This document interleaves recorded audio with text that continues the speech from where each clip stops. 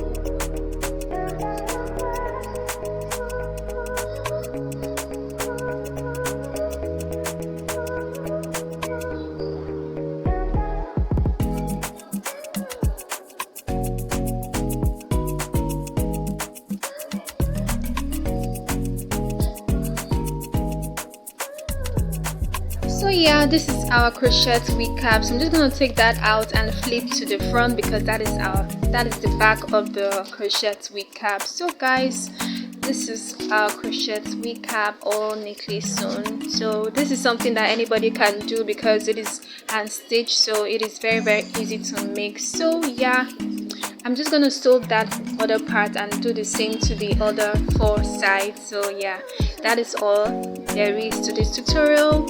Until our next video, guys, don't forget to subscribe to my channel, like this video, and also share this video. I'll see you guys later. Bye.